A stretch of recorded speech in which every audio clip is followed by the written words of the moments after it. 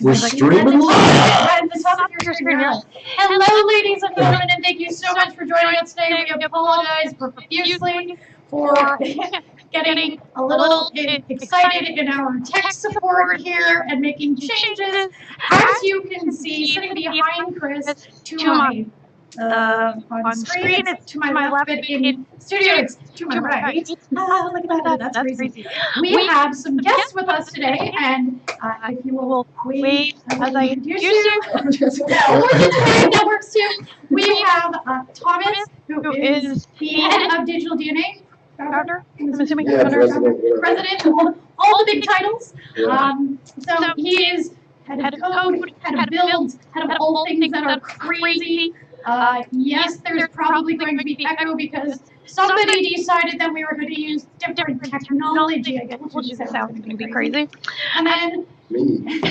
no, not It was Chloe. I did tell you that. And then on Chris's on screen left, but to his actual right is Jackie, and Jackie is awesome and does coding and stuff and programming, and she makes things work in the game. These are the techno wizards. Yes. They make all the magic happen. They make everything go, and why the game is so stable and it's awesome to play. And John over here, you don't see, Tom. These guys were working till 3 in the morning trying to find one last little bug that we were looking to squash. So dedicated team, guys. Thank you, Chloe, for the introductions.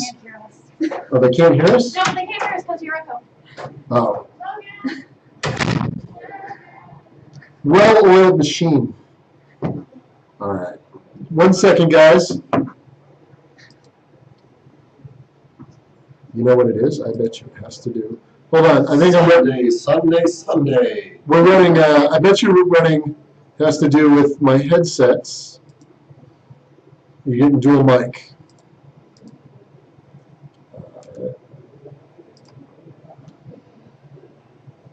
We make video games. That's right. We're not videos. Not really good with videos. Gosh darn it. Oh. All right, let me try something here.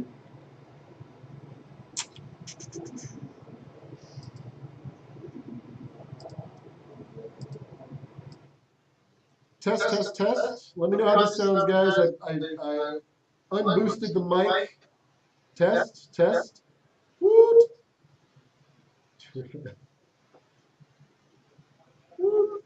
Sounding good? Oh, it was Chloe that was sounding crazy.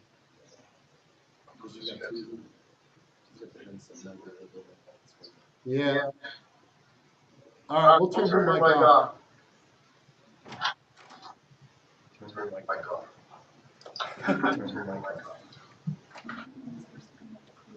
No, we won't. I'll boost it up. That's what I'm saying. Well, then why don't you just unfold? It's already done. You're disabled. Can you just talk and go get picked up through there. We good? Everybody?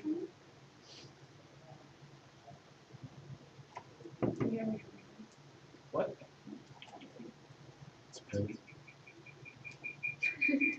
Got huge speakers.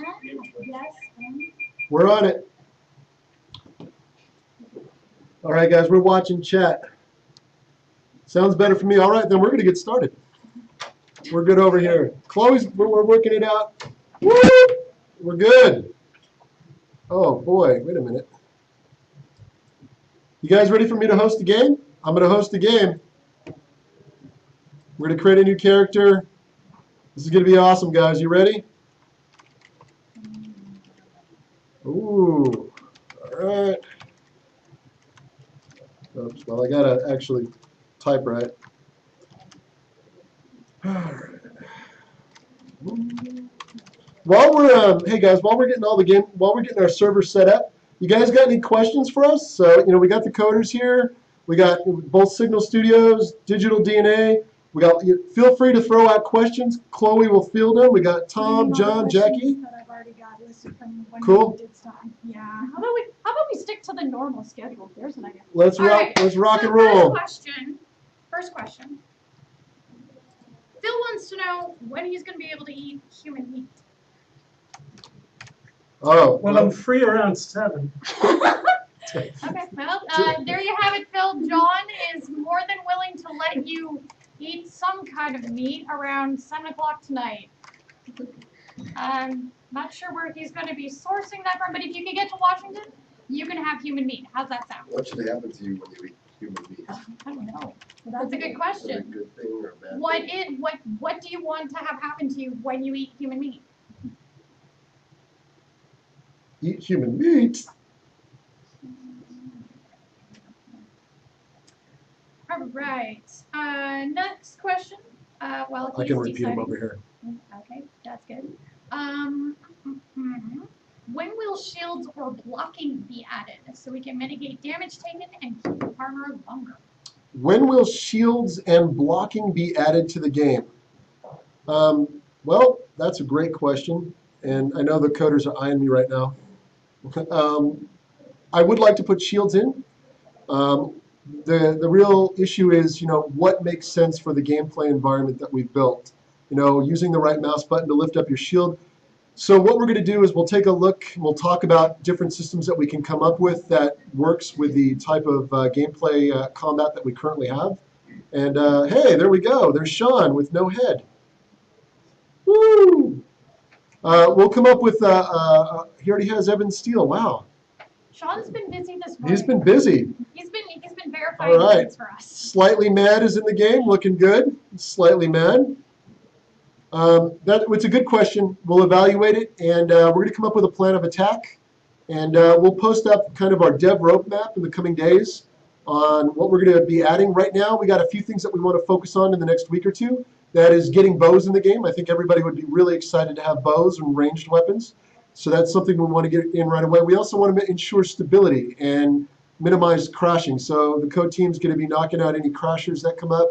We'll be catching logs on the back end as you guys crash out, and we'll be fixing stability. So, and also a lot of balance changes and tweaks here and there. We're going to be looking into fixing up campfires, coming up, devising a system where you might be able to relight them. I think that's something Jackie here will probably spearhead.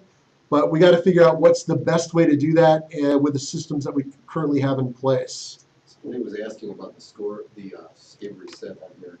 The what? Somebody was asking about the save reset on here. They're concerned that it's going to happen later today. The savory Saves, resetting the saves. Oh no, Yeah. there's not going to be any. So no save resetting. We actually, for the alpha testers, we actually did that this morning, so that everybody is in parity with the game that's been released to the public.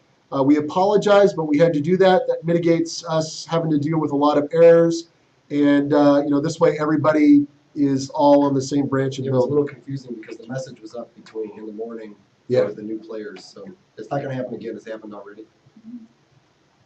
All right, so yeah, it won't happen again, guys, unless something requires us for it to happen, but highly unlikely. So Rain, anybody want to join the server? Look for Uridium's Fantasy Server's Island. already full. Oh, we're already full. Wow, that's me paying I attention. can't even get in. Your server is Oh, already full. oh wow, looks like awesome. All right. Oops, a little bit of lag. That's not good. Well, Do we have 8 people in? Wow, this I is can't join, so yes. all right. So this is actually a good stress test for us, by the way, guys. Funny how that works. Just FYI. And it's you might see a few frame rate issues, which are on my end, which means that the video card I have in this machine is not what I have on my dev machine. So bear with us. Hold on one second.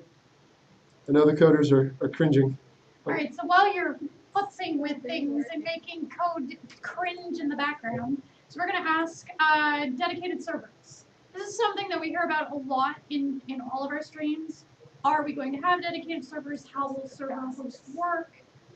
We know right now that during early access, we are not going to be doing it immediately because we want to make sure that the code is there.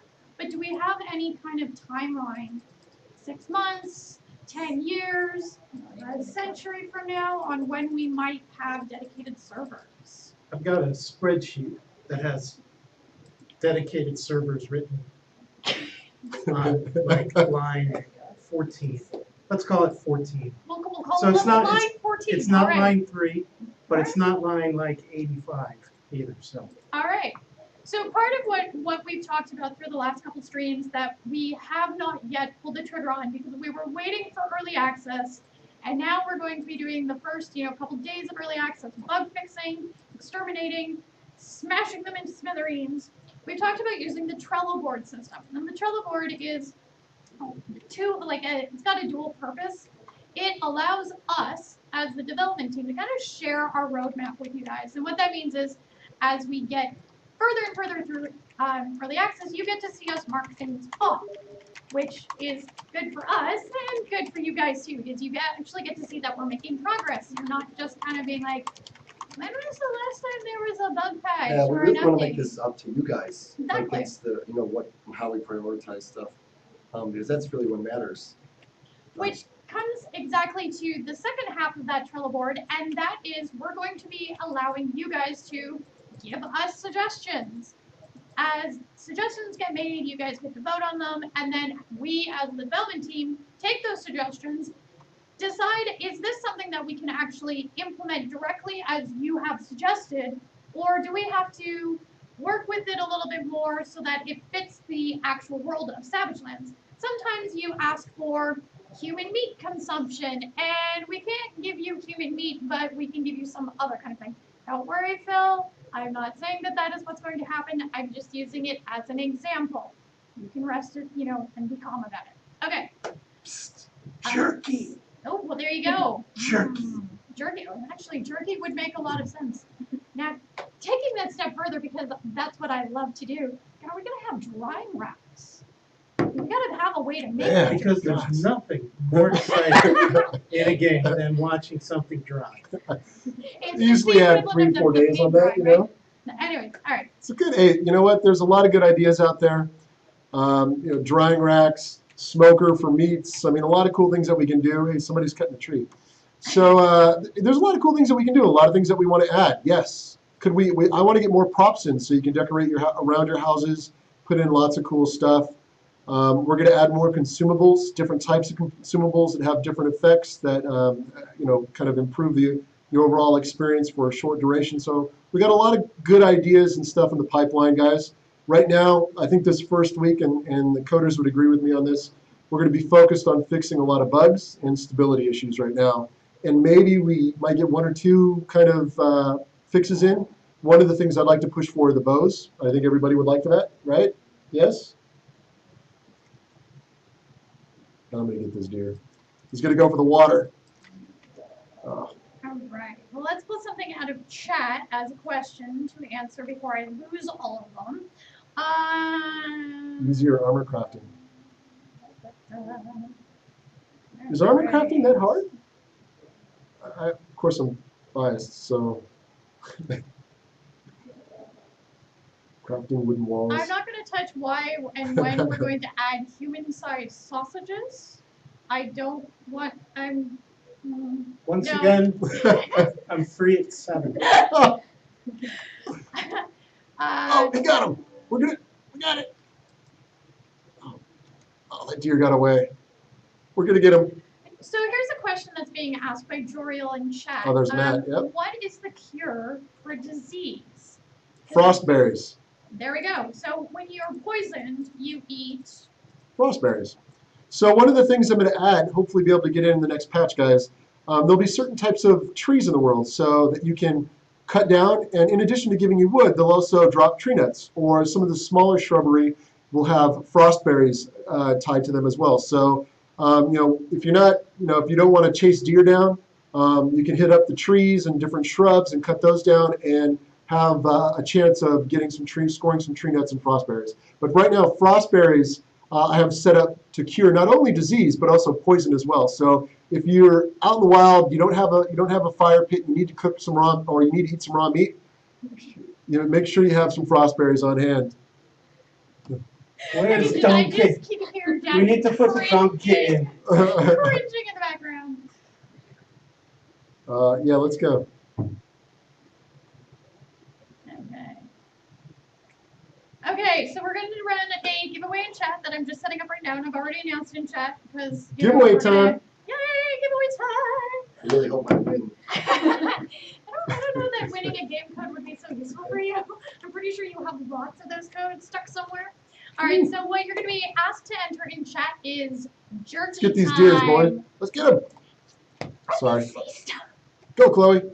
Okay, one word, jerky time. That's what I want to see being entered into chat, and we're going to let that roll for a little bit. Let it roll, let people enter it. And then once they start jerky, as in like the jerky that you eat, which I really hope I've eaten. Or spelled incorrectly. Yay, let's fix that. Okay, now people are being entered into chat because I'm not a good speller. Strong C. I really need to spell chat. Go, beef jerky time. Yay, It's beef jerky time. Now, this is something Chamber just asked this in chat. He actually asked me this on the forum, so I'm glad that he came back. He's from Germany. We've got a ton of German and Russian fans, so don't always get the correct language. Wooden walls and things that are a little more customizable in crafting recipes. Are we looking at doing that kind of thing? Well, walls have AI implications. I've actually talked with John here a few times about how we could potentially do that. It's an issue that we have to solve because when we do, if we do decide to do it at some point, it'll be a huge undertaking, and we got to adapt the AI to kind of move within the system. I mean, John could definitely go into more detail about how our AI works, much better than I could. But there are issues with being able to path around and with things looking funny. We want to make sure that, I'd love to do it, and it's something we'll probably get to in time as the technology evolves, as the game evolves. It's not that we don't want to do it or shrugging it off. There are technology issues currently that we got to get through first before we can add something of that magnitude. I see a lot of comments about the AI. Yes. To answer all of you, yes. Yes. The AI is not where it should be right now. Well, specifically a specific four-legged creature. Which one, the deers? Oh no, I didn't say that, did I? The I deers didn't are say that. rocking. I love, I got to chase them down. And Chris, at the beginning, you told me deer swim. that's right. You're still That was in screwed. the design doc, wasn't it? This is not my fault. That's awesome. And the truth comes out, ladies and gentlemen. Have you ever seen a deer swim? You insist. You saw deers. You made me take out the shouting giraffe. Yes. Can I vote that we put that back in? All right. Ladies and gentlemen, shouting giraffe are confirmed. The AI will get better. It will get much, much better. Frankly, it can't get much worse. No, Gamma. Well, actually, no, she just made the suggestion, so they're going to act like sausages. The deer at some point will just roll over and die and let you just slice them right open. That would make my job so easy. So what's really cool about our AI, I see a lot of guys crafting. Hopefully they'll give me some stuff because I couldn't cheat and give myself a ton of stuff before the session. What's really cool about the AI is we have, for example, obstacle avoidance. So you'll notice that the creatures don't come just running right through your houses and attack you. To me, that's huge. And it's actually a huge undertaking to get the AI to do that right. So if you were to dive into a house, let's say you get some wolves, you run into this house here like this, the wolves will circle the house, and you can stay inside, you can be safe for a little while, and then the wolves will actually lose interest and wander off. I mean, that's pretty cool, and you don't see that in a lot of games. And John here did a great job getting a lot of all those core elements of the AI in place. Now, sure, we'll all admit that the AI could do some work, and truthfully, that's going to happen over time. It's going to evolve. It's going to get better. We're going to add more creatures. Each creature has their own unique AI component as well, which makes them very distinct in the world. So deers, organically look like deers. Wolves act like wolves. Forest giants, of course, as you would expect, act like forest giants. And dragons, of course, will act like dragons once we get those final bits of code in place to get that working. And as we've mentioned before on stream, those are not the extent of our creatures. Those are the creatures that we have shown and that we've talked about, but the list is quite a bit longer of stuff that's currently being designed, currently in stages of implementation. We are going to see rabbits at some point, Yeah, I really hopefully want in the rabbits. next month and a half, because Easter's coming. Well, not necessarily a month and a half. We'll figure out what's the best, because each creature has their own AI component, and we actually have a few other creatures that haven't been put in yet that we're going to add over time. Goats and rams and cows. We have a giant vulture. If anybody saw this, we'll probably modify it though to fit fictionally within our world. But we got a lot of cool things that we can add to the game that we have kind of in the queue. And then some of the smaller things, potentially add birds and rabbits. Again, it's all about what makes sense in time. Would we want to add a trapping system? Absolutely. I think traps are critical. Being able to build them, lay them down. I would like to add man traps. Did you mean Tyler's? Somebody in the forums here just mentioned trapping. Yeah, trapping's a great idea. Yeah, trapping would be awesome. That'd be cool. You'd be able to construct your traps, and then you could trap deer and wolves and other critters around the world. Definitely something we want to do. I would love to be able to set up man traps where you can capture players that walk into your area. And who knows? There's a lot of fun things that we can do, and it's not necessarily. We just a few more code bits and then getting the recipes in place and coming up with the art that looks really good. So now that we're past launch, or we're at launch, and we're fixing bugs, we're past this huge hurdle, and now it's on our plate, more specifically on my plate, to start planning out content. I'm sorry, that would be a distraction. Will there be traps to capture and domesticate man-sized sausages? That's a good Domesticate is the key. That's right. So, That's awesome. John, I'm not sure if you've ever been informed, but Chris is shiny. So Yeah, if you I'm dangle sorry, guys. something in front of him, his I get really attention distracted is easy, off. especially Sorry. playing the game. You should watch us stream, because especially if we're streaming together, because we're going in a direction, all of a sudden. Yeah, I'll Wait, just Chris, veer you're off. going over there. I apologize. No, it's not your fault. I'm just. I like the way a good idea goes from being a good idea to being critical. Too. I think I have whiplash. Brain flash. Welcome to my Changing- world. Welcome to changing. my world. There's Matt. All right, those guys in the stream, if you're watching the stream, if you're in my server, in about 15 minutes, we're gonna do some kicking, and that is to allow other players to come in. And I greatly apologize. Please don't hate me. But this way, other players out in the community get the opportunity to join and hopefully give me things. So Tyler, which is the question that I thought you were pointing to, John. Tyler in the chat has asked, will animals interact with each other? Do we see bears hunting wolves? Do we see wolves hunting deer? Critical.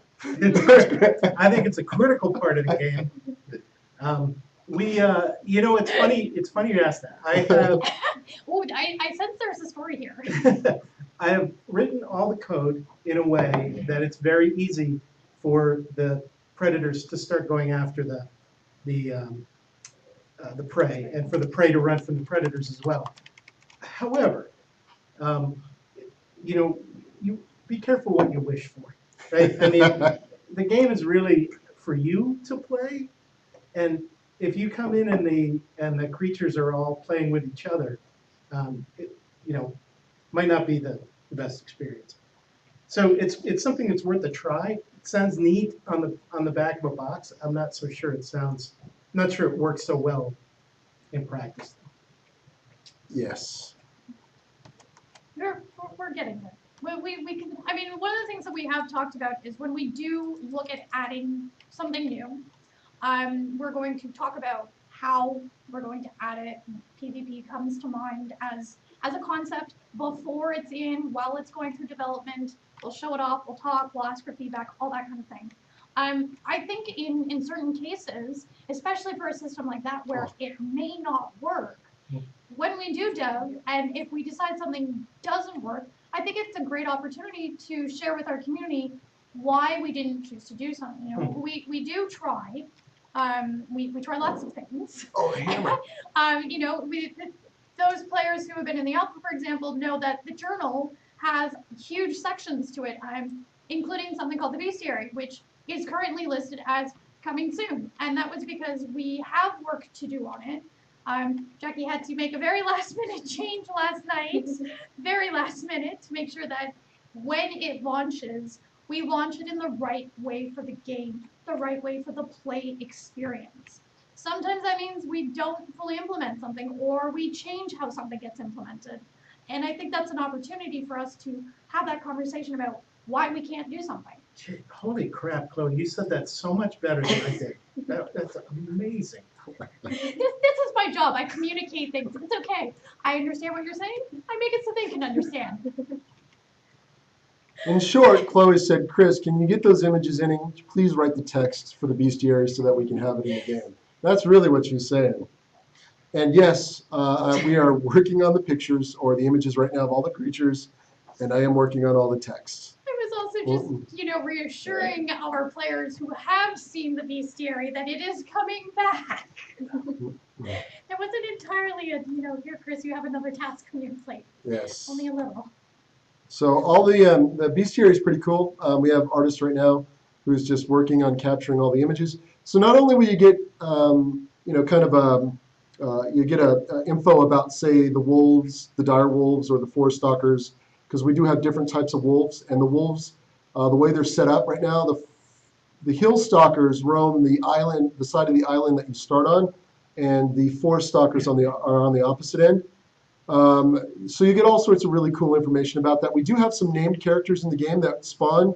One of them's Lycor, another one's named Ragnarok, and they spawn in the ruin areas of the map as well. And they also have unique weapons that I pulled out of the recipe system so that they'll only spawn in those characters when you find them, which is kind of cool. So definitely keep an eye out for those guys. They are, and then when you look in the Beastiary, they'll actually have some backstory about who those characters were and how they fit into this world when you encounter them. They are rare spawns, though, and their weapons are pretty cool, though. Not like those dev weapons that almost accidentally got left in, right? Yeah, I know that. You guys will love this story. I actually left a barbed skull mace up by the first tower. I didn't realize it, and then I started watching everybody stream, and I'm like, why does everybody have a barbed skull mace? And then I walked into Logan's office, who's one of our producers, and he manages our QA team. And he's like, hey, dude, check this out. I just got a barbed skull mace at the tower. I'm like, what? And so he's like, yeah, I thought you meant to put that there. I'm like, no, I had that there for debug reasons because I was testing some spawners. So I pulled out all the debug weapons, but I am going to pepper in some really cool Easter eggs on the map over the next few weeks that you guys will have to find. Incredibly rare spawns, and when I do, I'll let you guys know that they're there. Just some cool ideas that we've been talking about here that kind of fit into the world and theme and some fun stuff. One of them might involve trekking through the water at some point, so a lot of cool stuff. So let's get some code questions out of the way. I've been doing code giveaways. No, code, like coder. Oh, coder questions. Oh, well, that would require things that they're actually asking us coder-related questions. Although we have talked with the AI. One of the things that we have that is being asked about, which I think is more code-related, is what are we going to do when PvP is added? Not PvP itself, but what are we doing to protect against griefing? What are we doing to protect against those kinds of things? That's a big question for a lot of people. I guess that we would have server options for that. Yeah, you can't kick and ban people, and then I'm assuming we would have we have friends only PvP. Like you can't if you're not the friend of the host, you can't hurt anyone. Yeah. Stuff like that. I mean, there's some ideas for stuff that's more advanced than that, but I think we would probably stick with just server options for that. Poor boys. I know. I don't always sound like this. Your poor boys. He was shouting at me all night. I know. Why isn't this working? You should see how red his face is from me slapping him. That's why I'm not on camera. That's why John's hiding because he doesn't want you to see his first. These are your bugs, he kept yelling. Your bugs. So in regards to server options, what we have in there right now is you can set your server password. You can set privacy, so if you want anybody to be able to join your game, you can. You can have friends only. You can do invite only. And then, of course, you know, if somebody really makes you mad, you can kick them out of your game, like Phil, Jack. Nah, I'm not going to kick Sean. Sean's really cool. He always gives me stuff. Yeah, stuff and bugs. Stuff and bugs. But you can ban players from your server as well. So we got some basic options. I think enough for now that will give players the flexibility to manage their servers. I think setting your server as private is a huge feature. So, you know, we got to thank the code guys for getting that in. Towards the last minute. You know, it was a good feature to add, and it's going to work really well. So, you know, we got some cool stuff at launch that a lot of games actually don't get in until later on in early access. The team did a really good job of bringing a lot together in a very short amount of time. So let's talk a little bit about Unity, because that is a huge part of how we are building this game, and people find that fascinating. They Yeah, won't actually see us. our previous games were done in our own engine, and we used Unity for this. And it's been a good experience. You know, Unity gave us a lot of stuff. We got us off the ground going really, really fast. We're probably going to continue doing Unity games in the future. And it'll also allow us to hit different platforms, because that was one of our big problems in the past, is that we started as an Xbox developer. It was really difficult for us to transition to PC stuff, and now, you know, Unity will make it a lot easier for us to do. So we'll probably be using it for a while. So man, right now my voice is going, it's catching. It's catching. So Unity, with the version of Unity that we're using, if I remember correctly, is Unity Pro, right? Unity Pro? I think it's our license. Yeah, it has more to do with development tools, I think, than Right. anything else. Because I know we were talking about Yeah. possibly looking at Unity. Yeah, one of the big 5. upgrades that'll come here is that we're going to switch to Unity 5 here. Well, I don't want to say when, but it most likely will be fairly soon. And there's some advantages that we get for doing that, and some extra features. There was a lot of graphic features that I wanted to do for this that I couldn't do in Unity 4. So we're hoping when we switch over, that will be some neater stuff that we'll get out of that. And one other question that we kind of talked a little bit about when we were talking about the wooden walls, but again, the idea that we can sort of pull a house apart and you have a floor. Prefab board options that you can choose from, wall options that you can choose from, to sort of more customize your building experience, your towns. I mean, everybody living in a stone house. I see the building system we have now as sort of the bare minimum, and this is, to me, one of the most important parts of the game, so it's critical. It's critical. That's going to become the worst buzzword in this team, isn't it? So we have plans to expand this a lot. The system is set in place that we could grow and expand it. So, that's going to be definitely something that we're going to be working on in, the coming months as we go through early access. Awesome. Hey, Gamma, yes, it does. There's a tab. It's hard to find, but it's there if you look for it. What are we looking for? She's asking about sausage support. Oh yeah, we're gonna add a separate tab over here in the journal. I think I know what our Sausage. We gotta add sausages to the game there. Yep. 20 different varieties. One of the last questions that I would like to actually hear your opinions on, as well as Chris's, is, wow, there were far too many S's in there. How do you see Savage Lands really standing above and beyond, or differentiating, not necessarily above and beyond, because I think that may be a little unfair to others in the genre, but how do you see this game being different? Well, this is interesting. I have my own ideas. I'm sure Chris does too, but really what it comes down to is the community. And, listening to the community and delivering what they want. This is, in the end, this is your game. This isn't really ours.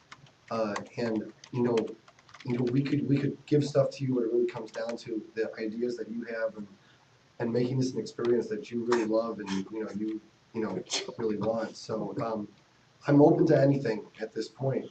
So what I suggest to people is to contribute on our forums and tell us what you want, because that stuff will make it in there. you may not always see Tom or Jackie or John or any of the other members of Signal's side or of the DNA side. You do see myself and Chris in there posting a lot. We read. We are constantly forwarding messages from Steam through email, every which way that you guys communicate with us. We do our best to share information together. It's because we want to make this game the best it can possibly be for you guys to enjoy. I mean, we make games because we enjoy making games and we enjoy playing games. But, well, to be perfectly honest, even if all 10 of us were to buy copies, we wouldn't be paying our own salaries. So we want you guys to enjoy what it is that we have put out for you. You guys get And- paid to make games? I'm not entirely sure Wait a that second. it Wait a actually minute. Wait a minute. DR never told me about that. we can make fun of him because he's not here today. He can't come in and be like "rawr" in the back of our swings. No, He's so totally watching it. I'm totally gonna get I'm in it. I'm with Tom. We got the game out. We got it, to a point that we thought was really good. We've given players the basic mechanics and the tools to be able to craft and create their own experiences. And that was in this really cool kind of fun fantasy world. And from our perspective, that really hasn't been done in the survival genre just yet. And the goal is to build upon that fantasy world, make it awesome, and of course, listen to your feedback, implement that feedback where possible, and just continue to grow and evolve the game over time. So, just to reiterate what Tom said, it's all about you guys. We want to grow the community.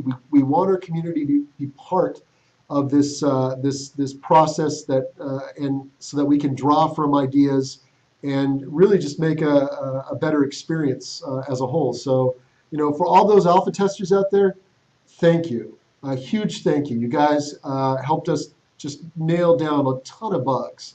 And that's one of the reasons why, we knew it was going to be a lot of work. A lot of you dedicated I don't know about hundreds of hours, but 40, 50 plus hours helping us test the game. So you guys getting a free copy of the game, that's the least we could do for all the hard work. It made a huge difference. Like, it made a very huge difference. We couldn't have done it without you. And I know, Yeah, agreed. something to think about too, we have a back end, so when you guys crash out, we actually capture those logs. So when the game crashes, and let's hope it doesn't, but when it does, let it finish its process, and so that our team, then we can get those logs, and then we can allow us to improve the overall stability of the game. I'm throwing it out there because just in case you do crash, let's hope you don't, but just let it go through its process, and our team here will take a look at that stuff, and we will do our best to fix those problems. So the highest person who I have on my friends list in terms of number of hours spent in the game was Sean at 80. 80, wow. But then not including Chris, who's been working on this for 10 months, because I don't think I have any of you guys on my Yeah, I friends get list. 1,300 hours. Yeah, I'm like, That's my up, number. I'm like up there. Wow, I don't you know. guys Yeah. are dwarfs, man. Yeah. That's a lot of swimming to go. Awesome.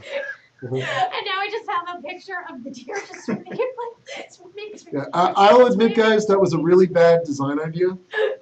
Looking at it now, Looking at I the did- feedback now. we did have the warning. The coder said, what, that's a terrible idea, but this is your call. Sorry about that.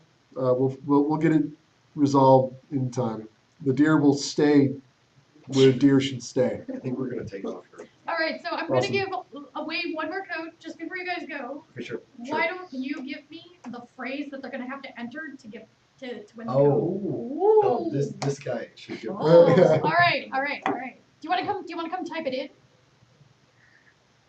Or do you want to just No. okay?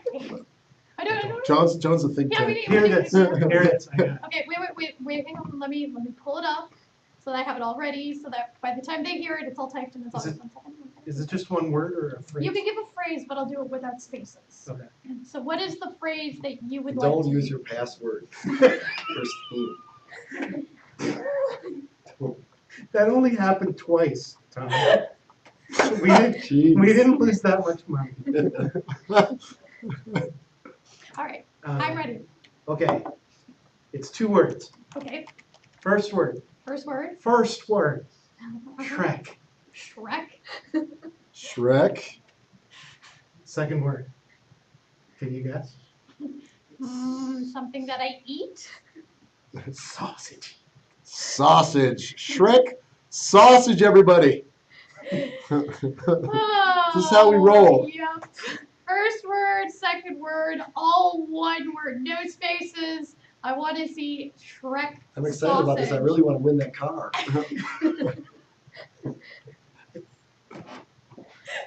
Actually, since you brought up cars, and that actually is a question Yes, that I we'll saw be adding go cars.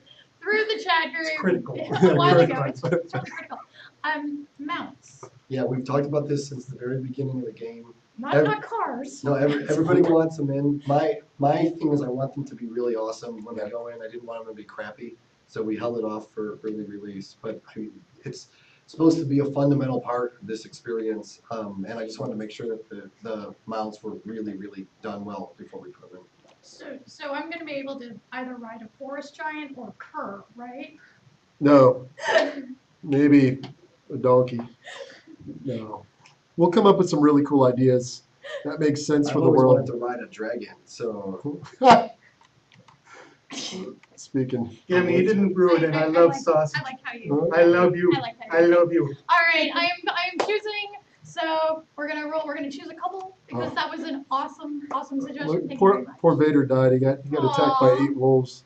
That's a All bummer. right, so congratulations to Demi D. Denny. I can't spell, but I'm gonna say it in chats. Thank you. There we go. All right, anybody who wins a code today, you are gonna have to wait until after the stream. I'm so sorry, I cannot multitask that well. I cannot be on stream and do giveaways and give codes. So just make sure you message me after chat or after the stream is over, which is in 2 hours, probably 2.5 since we got started a little bit later. And I will email you via Twitch. So you have to message me via Twitch, and I will just send you a code. I'm going to do one more roll of the dice. I wanted to answer one question. One of the guys, it was Texas guy, asked the question, why does it require so many logs to make armor? We got to find a better way of doing that. Essentially, the logs are fuel. I'm gonna look at adding things like coal into the world as well, so that we can kind of break that up. But for armor, when you're crafting plate, chain, that is actually used. That's a component for fuel to fire the forge. But we're gonna come up with a better way to visualize that for you. So that's what it is now. All right. So the last winner was Mr. Stompy. Mr. Stompy. That's kind of an awesome name, not gonna lie. So I know you guys have to get going. Right. You guys were up super late. Everybody who's watching, really, really super late, up super early this morning. It's been a long time, but thank you guys for showing up and joining us today. Thank you, everybody. Thank you, guys. Yeah, it was a lot of fun. Thank you, all you guys. We're gonna have a great game here. Good stuff. All right. All right, Thank you, we're guys.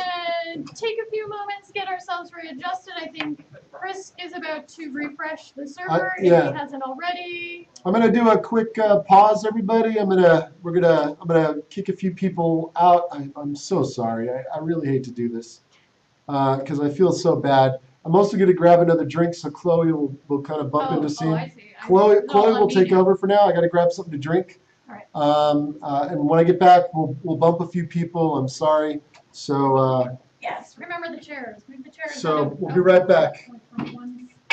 One thing to the next. All right. Do we have an intermission? No, we don't have an intermission because Awesome. we don't have things sourced yet. To get a drink instead of asking for tech support to perhaps get it for him, it's fine. Come say hi. I love the guy. Let's go get a drink and then walk out of the Twitch stream. Hey, well, we're here for 4 hours. On the upside, I can change the audio. Yes, you can. And we can go to headsets, which means sound and quality is going to be improving. Sounds fine. Serious. Anyway, okay. Very nice. Is turning your shit back on? Oh. I don't know. What did you do? Devices. Wizardry at work, kind of. Okay, so while we are sorting everything out right now, I am. Yes, it's crazy. I'm trying to get it in there. Or Kazi, sorry. No, it is crazy. I'm not going crazy. Yay! What I'm gonna do is talk a little bit about some of the things that we see a lot as frequently asked questions. We are. Wow, my brain just. That's what I got for 5 hours sleep. Frequently asked questions. I was going somewhere with that. Why did my brain just die, Logan? I don't know. I don't have know. no clue, actually. That's your Okay. brain, not mine.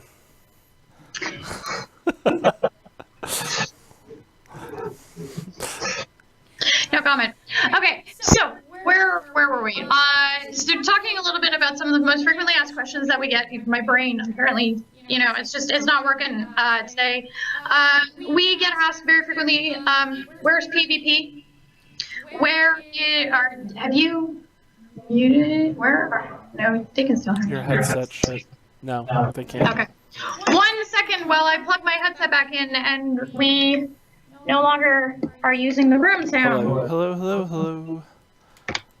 Correct. We are off of room sound. We are back on to headphones. All right. No, I was not about to answer any subject. A boot. A boot. Not this time. Not a boot. Yes. Well, actually, Soul, that is something that has become a very common question, restarting fires. And actually fires in general. So we have you can currently restart a Burdett torch. You can't hear me. Do you have me muted? Do you have yourself muted? Talk, talk, talk. I am talking. Talking? You're no. Smile once, can Are you plugged in right? Do you have audio? Can you hear me? I just wanted to wait a second. Those definitely are plugged into the Pink does not go into green. She's trying to craft with her laptop right now. She's trying to invent a new recipe for sound. Yeah, y'all will all be able to hear me now because I decided to plug my mic and my headphone jacks into the. I love it because they don't know my name. I'm just the man. We've said your No, name. it says right there. Because they didn't see It's because I'm the man. Anyways, alright, the man, sure, whatever, no comment. We've been doing this for a little too long recently. The man was here until... I left here at like 4. Yeah. This is what happens when we're working really silly, that's not even a word. Crazily late. Making sure that the builds are up and working and not going to crash. However, back to the question that I was going to answer about relighting fires. Yes, you'll be able to relight fires. Daddy-O, for me, just asked in chat, will we be able to craft a forge? Yes, you'll be able to craft forges. You will be able to, relight fires, craft forges, deer will hopefully stop running into the ocean. Deer of the sea. Deer of the sea, ooh. Oh, that's just gonna become up. We gotta work that into like an Easter egg or something. Sea deer. Have a deer just Sirdi. in the ocean. It's like mermaids, but they're deer. It's true. Tex and Warlord. Weapon and armor repairs. As part of the durability system, it is a sort of next sort of evolution to the durability system, because obviously we currently have the ability to lose items, but we have not right now put in the next part of that system. So I don't want to say yes, we will have the ability to repair, because it may not come in the format of, hey, I'm taking a piece of armor off and I'm going to like rebuild it or re-add something to it. That is a system that we're still developing, that we're still talking through, I should say. As you guys know, we really like to make sure that we've talked it all the way through, unlike with the deer. Perfect example. That Chris is never going to live down. They were always going to be the deer. Well, if you watch any Discovery Channel programming, I mean, deer can go through the water. It makes sense, but you know. But they don't tend to just go out into the ocean until they disappear. It's a natural safety defense mechanism that a lot of people don't like to talk about. He did extensive research, and one link led to the next, and then he found top 5 survival techniques for deer, and one of which is swimming in the ocean. It's true. Right. Uh-huh. Mr. Zombie, the decay system. So Mr. Zombie just asked, will you make the dead despawn? Our city already has a massive pile of dead, and we have some freezing bugs. I think Mr. Zombie, regarding the last part, I think I actually know what you're talking about. We did have a bug early in alpha where the corpses of fallen creatures, fallen enemies, were not disappearing. So that should be fixed. It should be fixed as of several builds ago, actually. And I don't believe that came up in the Pike of Resurrection. Yeah, I bound him to this location. I like it. So when he dies, as we know, Chris will die on stream, probably in a fantastic method or fashion, because Chris loves dying on stream. He'll be able to respond. That's good. I like that. To be clear, we have no plans for undead anything. Skeletons are not technically undead. They are just dead. So I don't think we'll be seeing zombie sausages anytime soon. There's like a party happening over here that I'm missing out on. Yeah, there is. Who have you got in there with you? You have... It's a hard name. That's a hard name. I know. People who are sprinting by me. We can't read your names if you run that fast. Phil Arrow. Phil's in here. Phil, nice, very nice. Yeah, Centaurus, I would call skeletons reanimated, which are not, they're not undead. They're just kind of alive.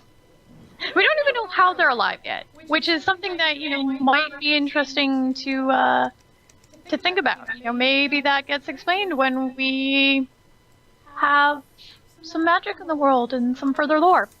Devlin just asked in chat, are there any plans to add a playable female character? Yes, there are. There absolutely are. We've actually got a lot of plans when it comes to the character him and herself. Ideas that, like, you'll be able to have scars on your face or on your body, different hair, well, actually, to have hair, because I believe he doesn't even have hair at the moment, if I am thinking correctly. His hair is covered, especially long hair. We do have a female model planned. He's got some savage 5 o'clock shadow there. Yeah, he's got something. Tattoos, that kind of thing. He's got something. Well, we chose not to rush to put the female model in for the launch of early access, but as you saw previously, well, maybe you did see if you were just joining us today for the first time, when we first launched, we actually had a completely different character model.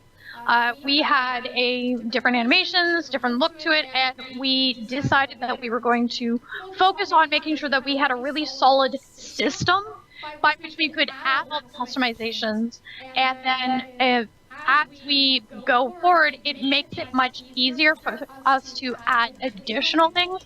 We have ideas about, race. We want to have different races and whatnot. We want to have different character models. We want to be able to add new armor, new functionality as easily as is possible. And what that means ultimately is sometimes that means we have to put a hold on content, especially content that we really, really want to get in there. And everyone on the team is committed to having a female character, but we need to have the back-end system in there first before we can go and say, okay, we're going to put that next ability in there.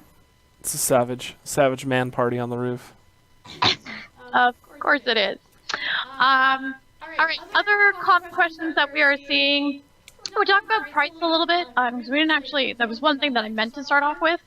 Savage Lands right now has a special launch week price of $14.99. Now that is $14.99 US, so USD. So if you're joining us from outside of the United States, that when you look at the game on Steam, it will automatically be converted to you or for you in whatever your local currency is.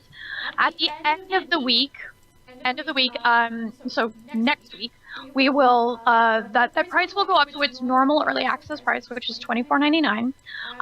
We did talk about last week that we would have a 4-pack, and we are just working through some of the permissions and approval process with that for Valve. When we have that will have its own special promotion attached to it, and we will talk about that more as we get approval, so we actually can communicate the right information to you guys. But I just wanted to make sure that we would touch on that today. There's so many questions.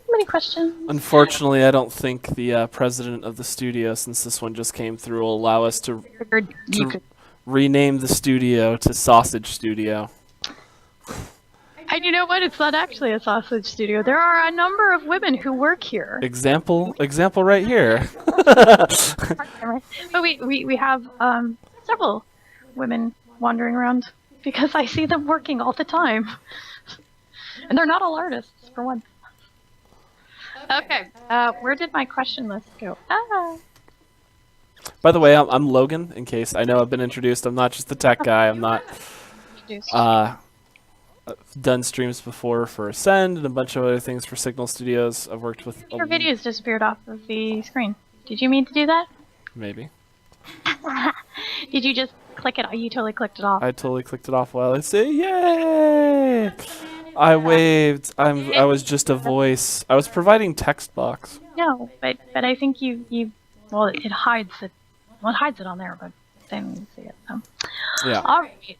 Where did the wonderful game director disappear to? Because I have more questions that he needs to be answering, and I'm fairly certain that they would like to get some of those questions answered. What are some of those questions? I mean, I'm sure they do. No, it's stuff that I've got in my list. Well, L Webstar has said we found the man, so that's all that matters. Right there for you, L Webstar.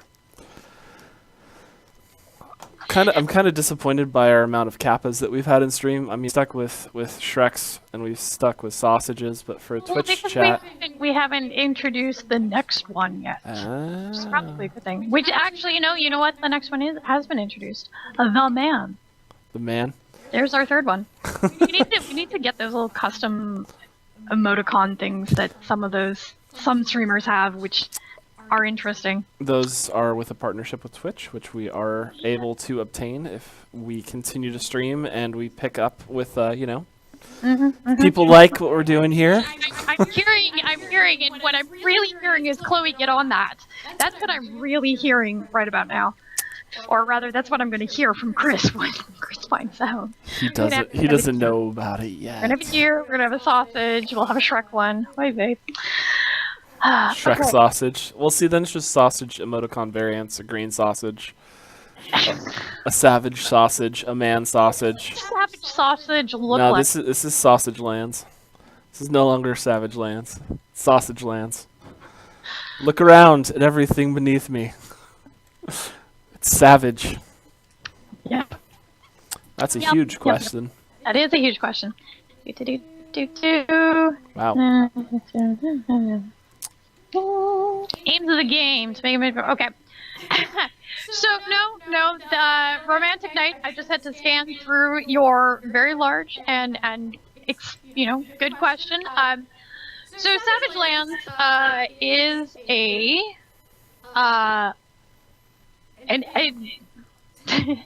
words still are pretty hard. This is going to be fantastic on my record. Sorry, guys. I can't wait actually until this one's uploaded to YouTube in pieces. This is going up in pieces. This is not going up in total. Uploaded in pieces, and then we can just replay like 6-second clips of Chloe melting down in GIFs, just watching her face with lack of sleep and possibly food poisoning last night. It's been a fun night for all of us. Food poisoning last night. I had an awesome night. Okay, anyway, back to what we were saying. So are we? So Romantic Knight's actual question asks, are we going to add a tutorial? Survival games in general don't have those, and that's because survival games are literally meant to drop you into the world, and you need to figure out how to survive. That being said, there's a reason why when you first start the game, we actually have the survival checklist, and that's baked into the journal. And you'll see as you equip your first weapon, as you find some stone, as you build your first fire, you get this little, you've completed another survival step. And that's because we want, for those individuals who have never played a survival game before, we know it's a daunting thing to come in and literally you have nothing but the scraps on your back and you're like, well, I don't even know what I'm doing here. Where's my tutorial? Savage Lands, though it has a fantasy setting, is not an RPG, it's not an MMO. So when you come in kind of expecting that where you would see a very in-depth tutorial, you're probably not going to find that with Savage Lands or with any other survival game.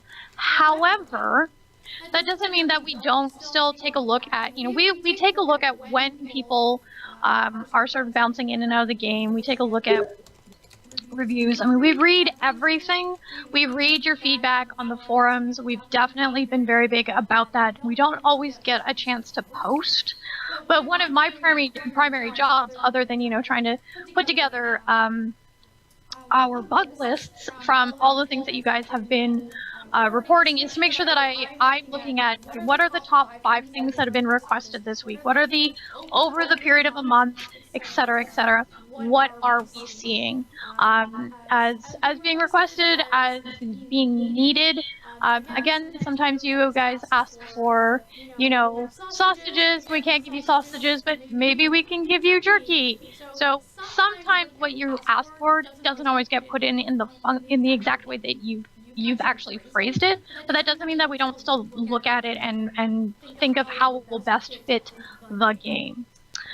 So Romantic, I hope that answered your question. So yeah. Okay, thanks. Okay, thanks. No, seriously, thank you for your question. I think you dedicated quite a few words to the length of that question. Actually, I think it was on par per capita. I don't. That's it's not going to do anything. So Capitalism just asked, do we have endgame objectives? There's not really a system for that in a survival game. So one of the things that we've been asked a lot about to sort of lead into this question about endgame objectives is, are there going to be quests in a more traditional RPG functionality? We don't know. A traditional survival game is you are constantly being pushed to just survive. So that means as we add new armor that lets you level up, we have to go ahead and add new bosses that are even harder and heavier and bigger, badder, and meaner, in order for us to sort of stay on top of it, on top of where you are. What are you doing? Speaking of which, boys, our fire's out. If we're gonna survive with skeleton. Oh my God, there's a skeleton with red eyes. I got your respawn set right. What are you guys building? Oh my God. This is like the worst possible place you guys could build. I didn't. I'm just joining the party. I'm all about the party right now. Welcome back to Sausage Lands. Sausage Lands. Oh, he's right behind me. Nope. Okay, so Roof party. Answering questions. Thank you. Sorry. Yeah. There's action, so it's a 2-part thing. We've got crazy more. I've got a compass and an apple. That's good. Exactly. That's awesome. We're multitasking. So the question was, are there going to be endgame objectives? And what I was explaining is that one of the more common questions that we have to that is, are we seeing NPCs? Are we seeing quests that lead into that sort of thing? We have not decided. That is the actual answer. We have not decided on quests or anything that is more traditional like that. That is something that we don't know whether it will fit in the world or not. So we're considering it. Chris is giving me very, very angry eyes over there. But see, because the reason he's getting angry eyes is because using the words like consider, the game has a long ways to go. Yes. Using the word consider is, implying that it could end up there. It's something that we're working on right now. I mean, we just launched. There's a large platform of people that are going to be coming in. We've got tens of thousands of people adding their voices in dungeons. I do want to get dungeons in. There we go. I'm gonna pass the mic back to Ruby, and I'll be the hands, and Ruby can be the voice. Move over a little bit more. Yeah. Thank you. I'm glad you decided to come back and join us. Sorry, guys. I had to. I was looking at some emails. Oh. Son of a gun. Well, then you can answer the question about endgame content. Work it out. Logan, you playing? All right. All right. There we go. We got a well-oiled machine here, everybody. All right. So I'm going to read through questions. Logan's going to be playing with everybody, and Chloe's going to be helping out as well. Hopefully everybody can hear me okay. We'll be able to reshape the world, digging, placing dirt. Terraforming. Terraforming. It's a good question there, Duel. I can't answer it at this time. It's very possible. We'll see where we're at a couple months from now. You need fire. Walk into a building to at least mitigate. But I do want to add some elements like farming. So being able to plant trees and plants and stuff like that, absolutely. But being able to reshape the world might be a little difficult based on the technology that we use. Awesome. Thank you, Tyler. Yeah, this is great. Actually, this works perfect, Logan. Logan's the man, by the way.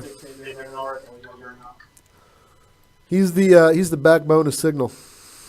Without Logan, nothing would ever get done. Voxels. Back on Command and Conquer Tiberian Sun, it was all about the voxels. All right. So, do you want to answer Gamma's question there? Or I'm sorry. What was Gamma's question? So Gamma asked, what about summonable monsters or bosses? Savage Lance equals voodoo kind of magic, maybe? So from a creature perspective, I do want to create encounters that require players to have certain components that summon them into the world so you can fight. It's kind of already there. We just got to make sure that we build the creatures to make sense. The dragon very well may be part of this particular type of system. So I do want to get something in that you can do it in various parts of the island. As we add more magic and lore, or as we add lore into the world, excuse me, you will, and I am drinking a Coke, by the way, not Pepsi Max. As we get more lore into the world, we'll create more places, ritualistic sites that you can do all sorts of cool things. So yeah, absolutely. Magic. Everybody's asked me about magic, and yes, I want to get magic into the game. But I want to introduce magic in a really cool way. So we've been talking about how we can do it. If any of you have found the monolith, and I'll just refer to it as the monolith, expect to see some cool things on it in the next few days, specifically a countdown. That countdown will dictate a great many things. So, a question that we got earlier, raised by Matt, was strength on weapons. What does it do? How does it impact things? I'm sorry, what was that, Chloe? Strength on weapons. Oh, that's a good one. It's actually kind of a disregard that stat for now. It was just something. It's just kind of there. We're going to rework our stat system so it's more clear based on what the weapons represent. So strength is just kind of this weird thing right now. We'll provide more details on it. We're going to clean up the stat system so it's a bit more understandable. So I don't. It's something. Yes, I don't have a clear answer for that. It was something that kind of went into the game in one functionality and then got changed partway through development, and we did not get a chance to get it pulled out before, is what I'm kind of hearing there. Thank you, Chloe, for clearing that up. I'm speaking designer talk because I'm like, yeah, sorry. Logan Heat. Twitch is acting up again. Hold on, I'm going through the channel here. Man, it's hot in here, isn't it, guys? Hold on, I'm going to open up a door. There's no fire. We have no stones. We have no stones to make fire. So, Joe's got a great question because this definitely gets asked a lot. How are we handling, or will we be able to handle, password or lock boxes that only you as a single player on a public server or even a private server, how will that function? Tom and I have, our tech director over on the DNA side, we've talked about ways potentially giving players, being able to give players keys that you can give to your friends to access lockboxes and houses and stuff like that. So we have some ideas. We just got to figure out the best way to implement those ideas. All right. Sounds good. So here's a question. Favorite thing that you have not yet been able to get into the game? A concept, an actual thing that's in development right now? 2, actually, bows and magic.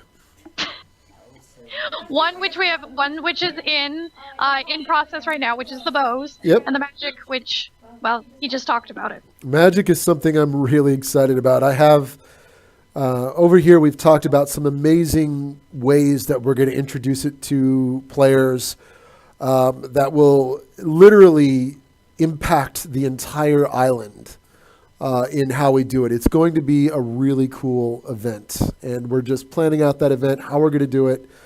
And I'm actually really, really excited about it. Not only do I get to design it, but just watching it implemented, you guys can also see how it, the monoliths are going to be a key part of that.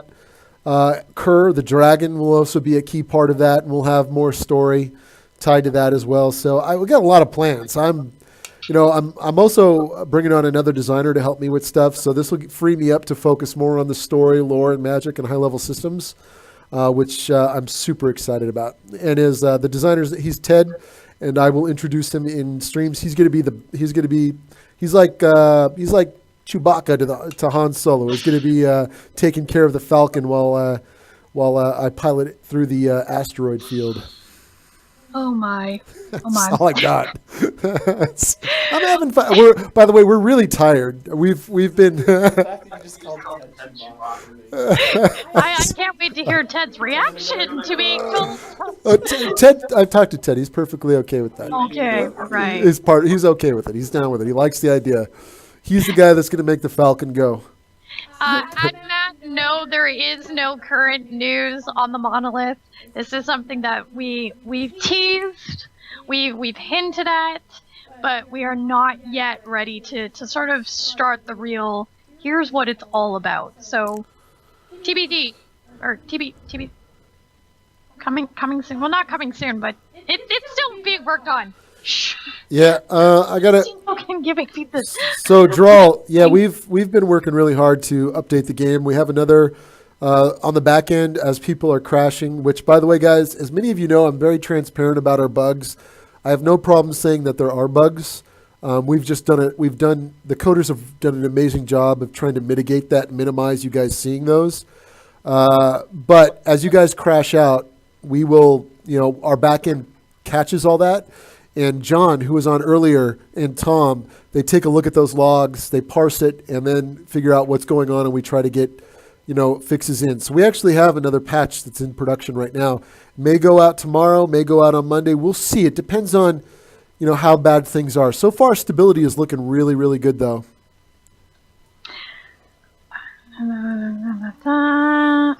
So removing things that have been built in the world. So... are you what?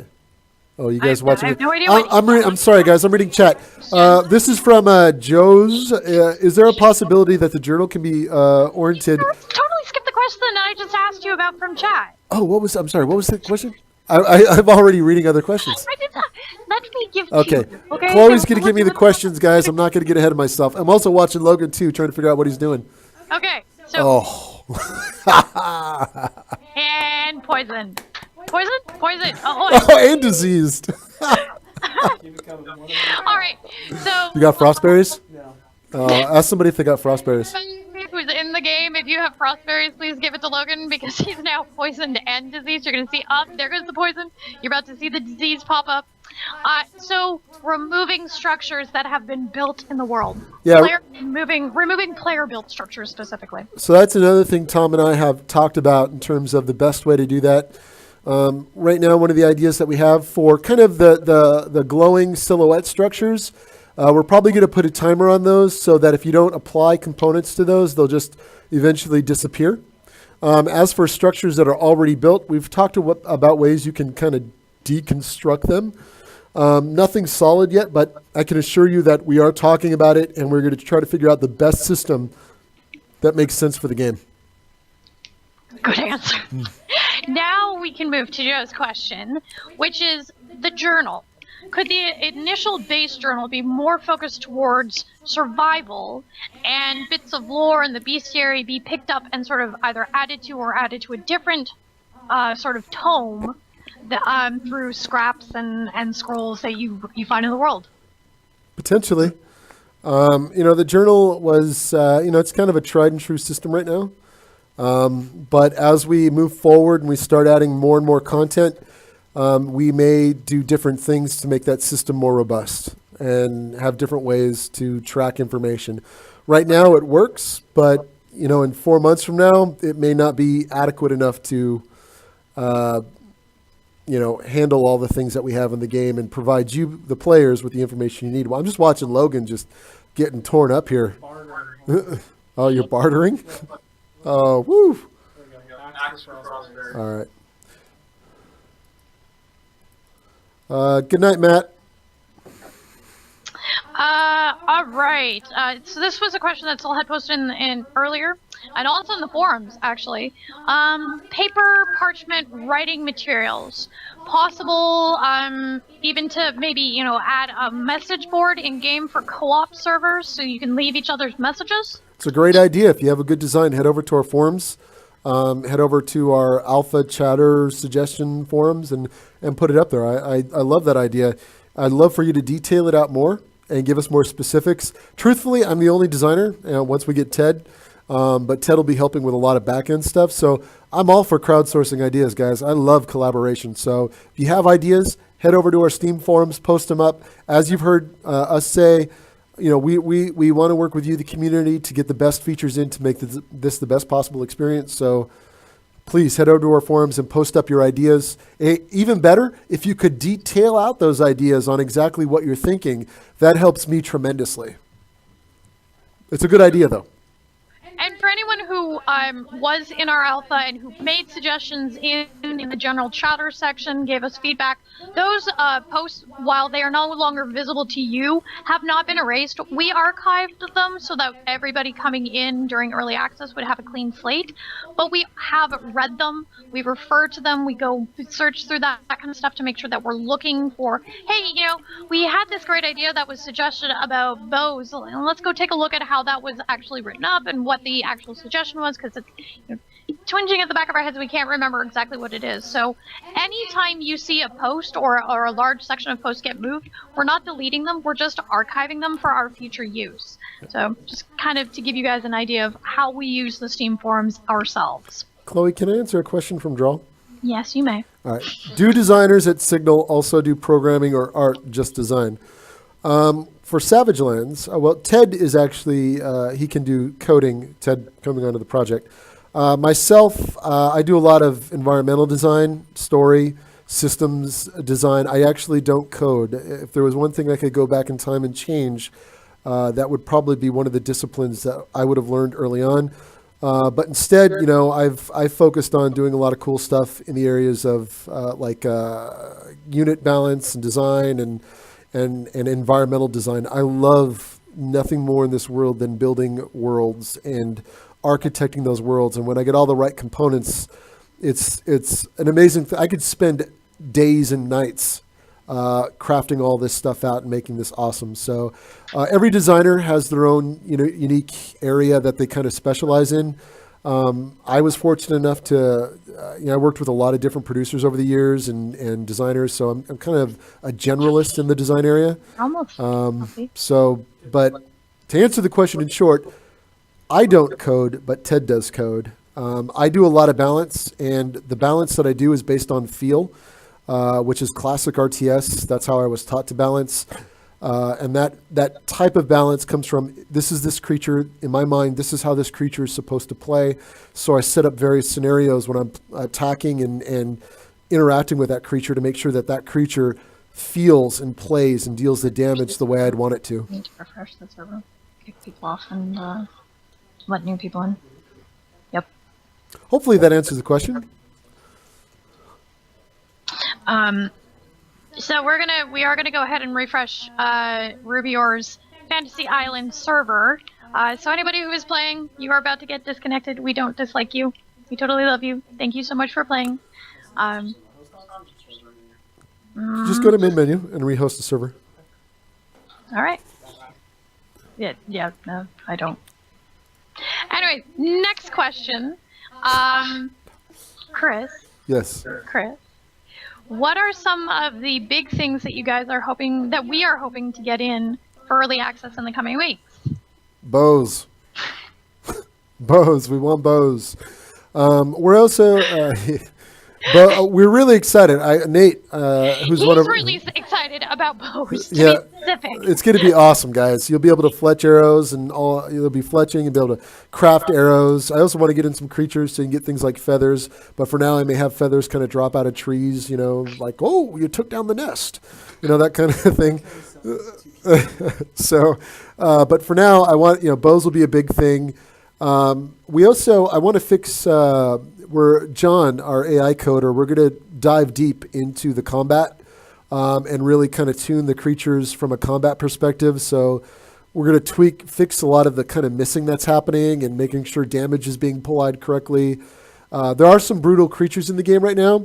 I have creatures tiered off. So you got like tier 1, which are like the deer. Tier 1 and tier 2 are like the deers and the wolves and the boar. Tier 3 are things like the bear. Tier 4 are like the forest giant, and Tier 5 are like the dragons. So, but bows, I guess I went off on a tangent there. Bows, I want to get in. Fixing some of the AI stuff right now that's a little kind of off. I want to fix a lot of that. Make sure stability is good. I'm going to tune up some of the recipes. I'm going to give you guys a warning now that I'm going to dive into the recipes. Excuse me. And I am actually going to rebalance some of them because right now they're really easy to craft certain things if you know what to get. I'm going to tweak a lot of that. I'm also going to dive into, I'm going to add some more named creatures into the world that just kind of roam. And these creatures will look unique. They have unique weapons that drop off them. So I'm super excited about that. I'm going to get that in. I'm also, this is funny, but I'm actually super excited. I didn't get a chance to do it because I was dealing with some bugs. But certain types of trees are going to drop berries and certain types of trees are going to drop nuts. So you'll be able to harvest berries and nuts from, you guessed it, harvesting trees and cutting down bushes. So I'm super excited about that. And that's in the coming weeks. I got to put together a plan of attack, which we will, once I get it together, a plan of attack being kind of a content plan outline for the code team and our design team and art team here at Signal. So once we get that together, we'll have a clearer path of where we're going. But I know the coders right now, we're just fixing bugs. Make sure it's a really stable experience for everybody out there. All right, I hope that. Savage chickens. Yes. I think savage sausage might have to be the first one. Anyways, not to start the sausage thing again. There was one. Okay. Cargill asks, so after the fighting has some changes, or got some changes with the hit chance of the mobs, are we looking to add a dodge system? Yes. Sooner or later. Once we're done with this question, ANCON okay. 16, Yep. okay? Yep. So are we going to add a dodge system or ways to improve combat? Is that the kind of gist? Yeah, Okay. basically, yeah. So our combat system's pretty cool. It's fluid. It works. Over time, I think we're going to add things like more powerful attacks. I want to get a shield system in the game so you can do blocking. Things like repost and parry are very hard to communicate. I don't know if you've ever played like an MMO and it's like, we have repost and parry. But it's really difficult to communicate. So, and I don't want to turn the game necessarily into Dark Souls per se, but we will improve the combat over time. We will add unique weapons that give you more powerful attacks. And shields are something that I definitely want to get in the game as well. So that's on our list of our high-level list of things to get in over the coming months. That's fair. So Ancon asked, what's the difference between you guys and other small indie teams? I've seen many early access indie teams give up halfway through stopping any advancement in their game. I understand that's what early access is about, but what are you guys planning on doing to make sure that this isn't going to be just another early access game that falls off? So, a lot of reasons why indie games or early access games kind of fail or people just stop working on them is because it's a lot of work. And, too, if people aren't buying the game, then it's really difficult for those teams to kind of keep working on it because they got to go do other things. I mean, this is kind of just the nature of business. For us here at Signal, as well as the Digital DNA team, we're a little bit different in that we've put resources into this product.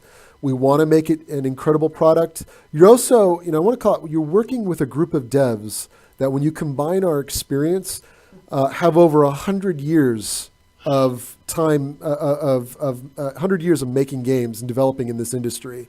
So for us, even though we've kind of scaled back to more of an indie level, we're actually AAA creation is in our blood. I can tell you when we were getting this game out the door, the amount of polish we put in, if you take a look at our UI, you take a look at the art that we put into the game, the number of patches we put out, that is because our commitment and just what we know as developers, that's what we know is making polished experiences. So we wanted to make sure this game was absolutely incredible. Now going forward, that's something that we're going to be focusing on as well.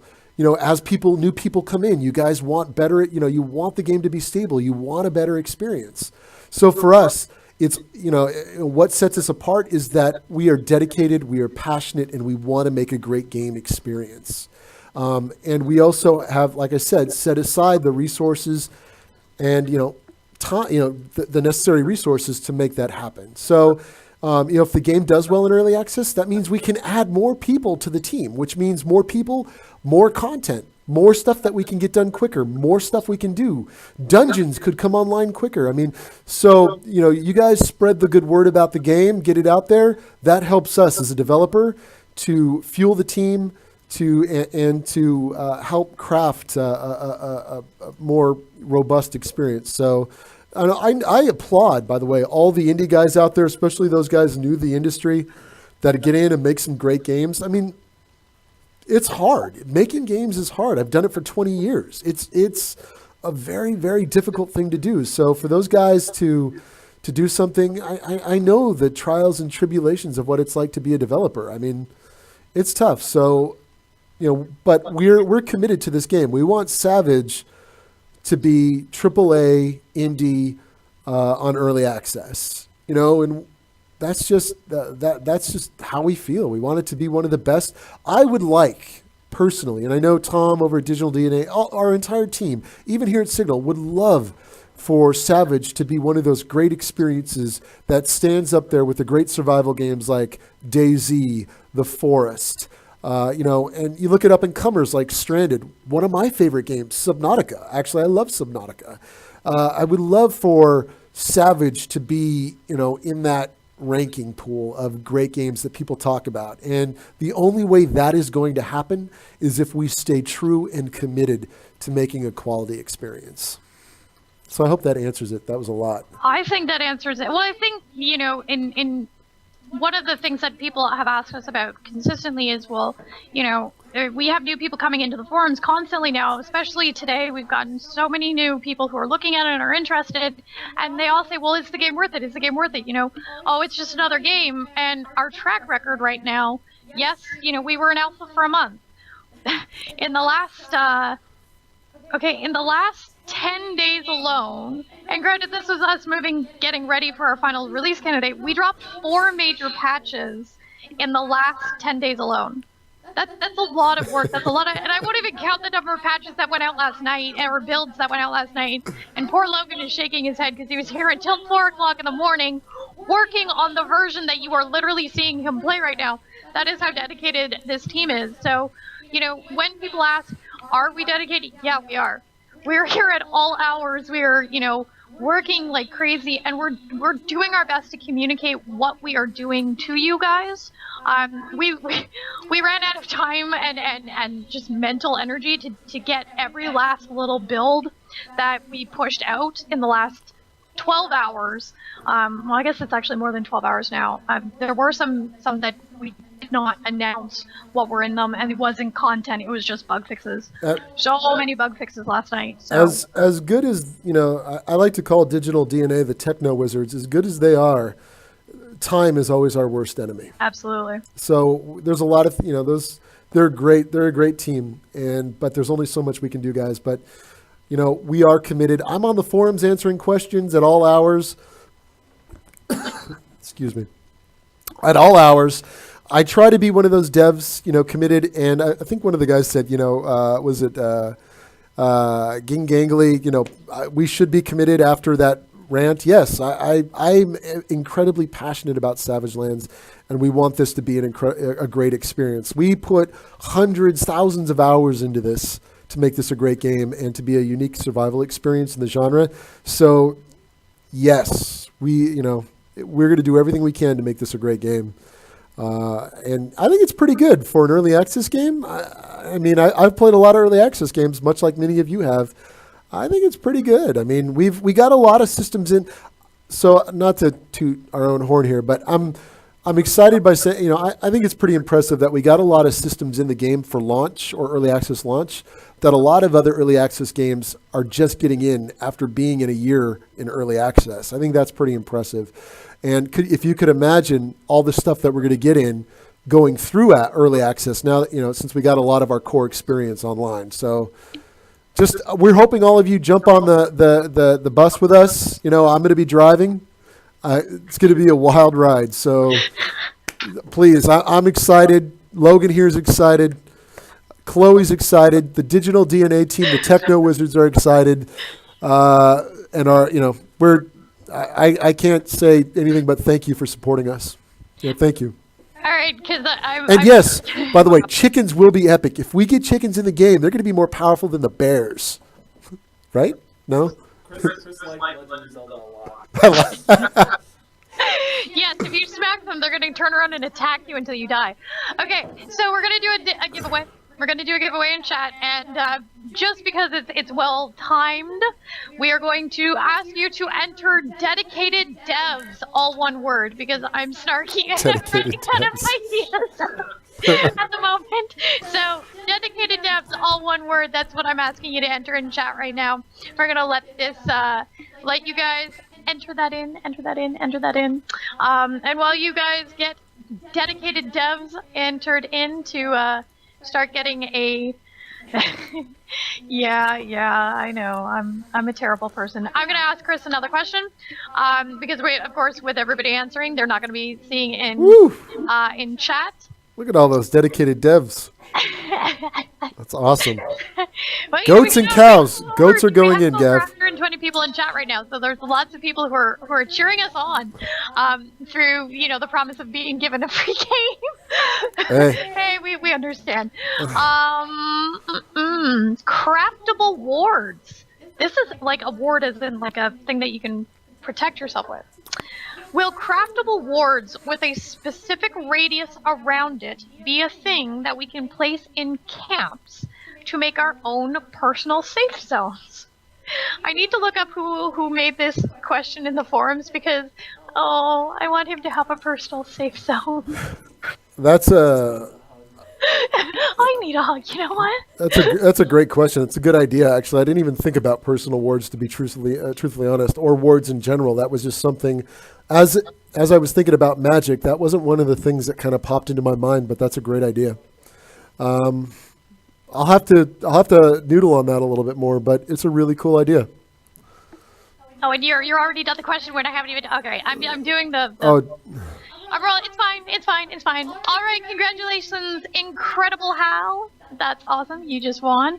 Incredible Hal. I feel like we're on a radio show.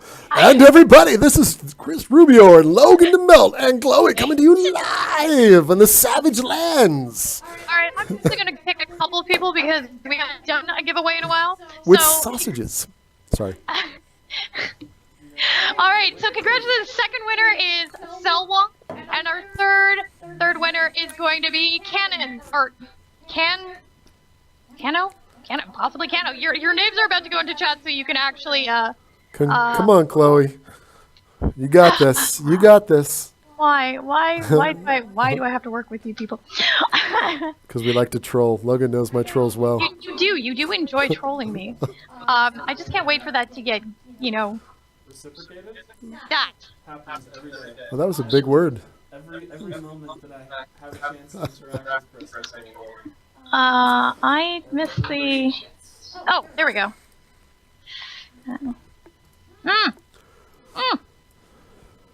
What do we got? Okay. Don't worry, guys. This is not the last giveaway. We are only in hour 2 of the 4 hours that Chris promised you guys that we would be streaming. Are we in hour 2? Holy moly. Yep. We're about 2.5. We're about 2.5. So I do take it back. It was 2.5 hours. Yes, it is. Listen to see it. Just wait until we do Extra Life. And we're here for 24 hours. Right? That's how dedicated we are. I signed up for 4 hours of this. You signed me up. Oh, that's right. I did sign you up. That's how that works. All right. So another question. We have more questions. You guys can go back to asking questions in chat now that it's cleared out a little bit. We'll actually catch them again. Hey, go here. Go follow that tree. What? No. Hold on, get your compass out. Okay. What did you just do? He has no idea. Did you just find a bug? Logan, what did you do? Oh, there we go. You didn't drag it over properly. You got to move it in your left hand. Secondary. Boom, like that. Oh, you know what? That's a good bug. 2-handers. Why didn't you tell me about it? Gentlemen. Focusing. All right. Chris. Yeah, Get some bandages. You should. Oh, you don't have any? Head down to the beach. Or head over to the towers. Did you bandage saved the day. That's how we roll around here. You also need to eat. That's fine. Doesn't food still give you All right, health? so what do you got, Chloe? Let's answer some more questions because I love talking about the game. Yes, now that I got distracted. Okay. This is awesome, Logan. Thank you for playing. From the forums, is there going to be anything like a free rotation around our character for concept, screenshots, or etc.? It would be very amazing to see our character, how he looks in real time, and not in the mini character statue inside of our inventory. This should be similar to a third-person perspective, but without the ability to move or walk around. Thanks in advance. Would be a new feature. I mean, we've talked about third person.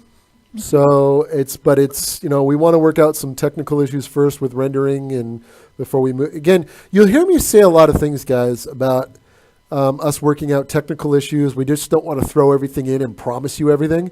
It's true. As developers, we want to work through technical issues first to make sure that it makes sense and then introduce, new stuff. For example, third person.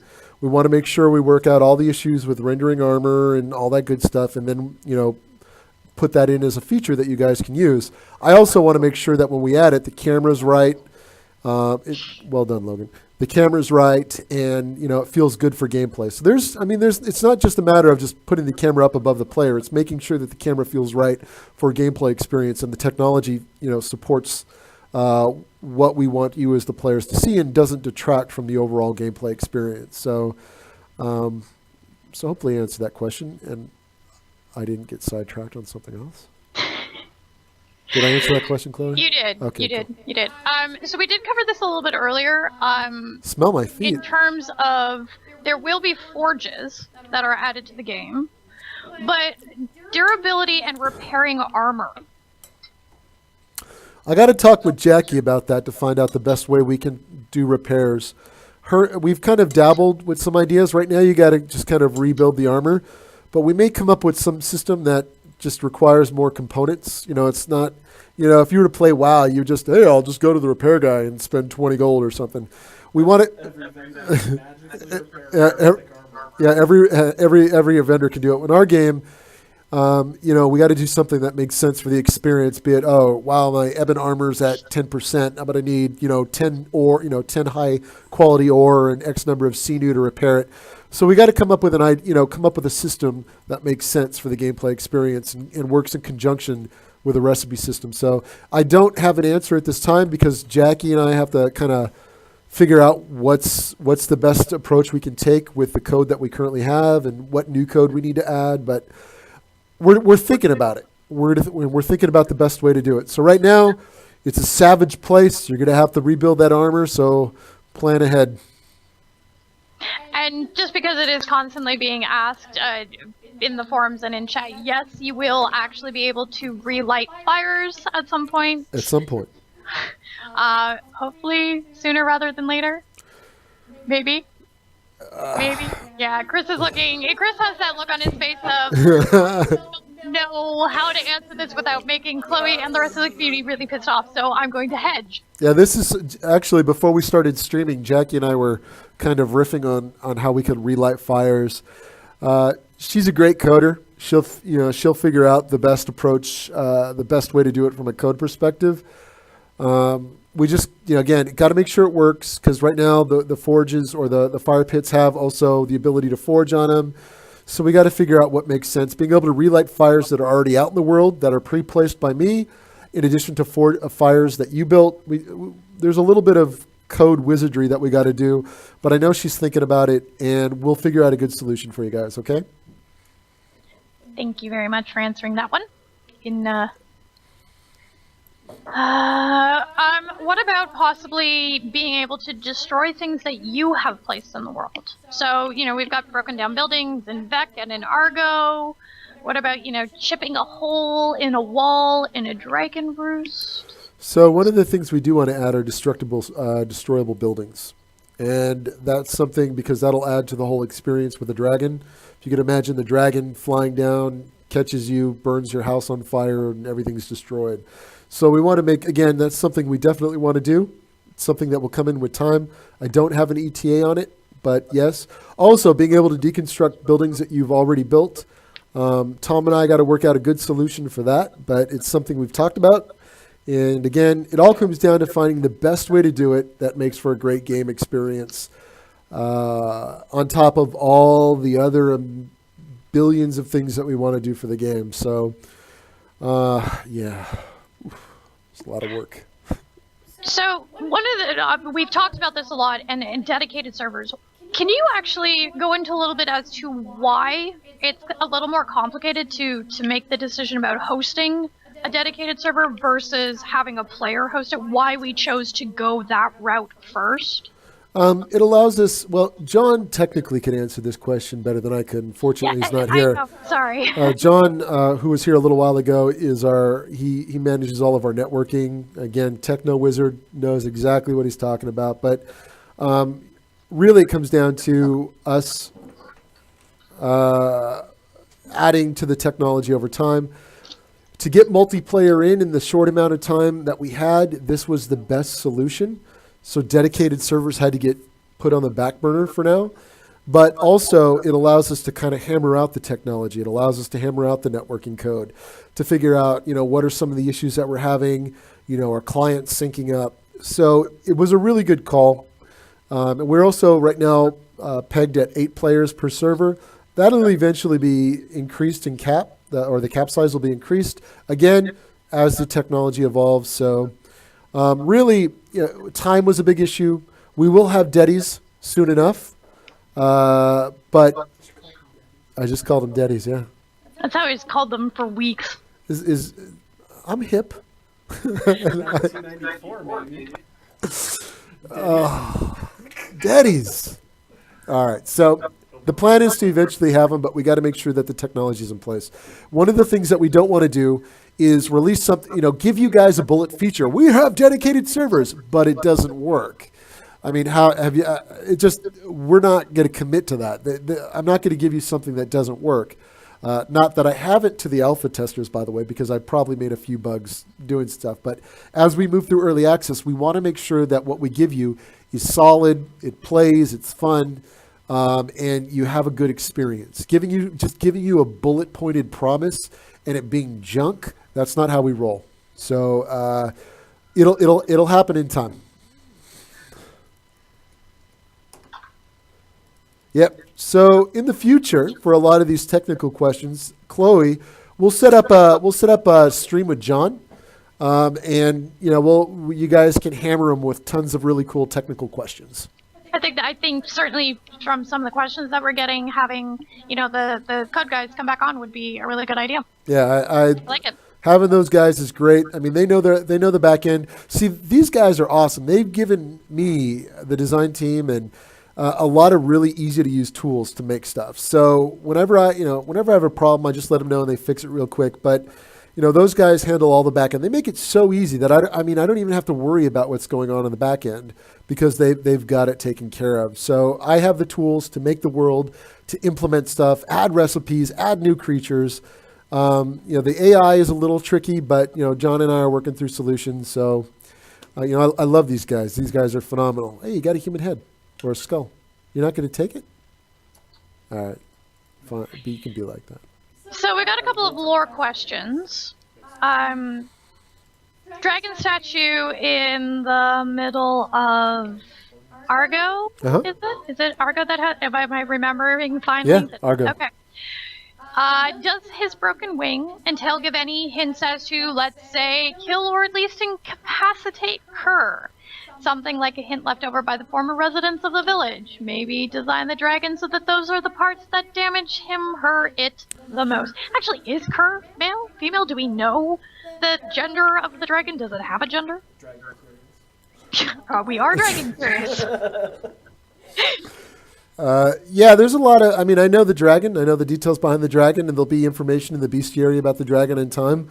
Kerr. Is he talking really fast for you? Okay. What's that? Do I talk really fast?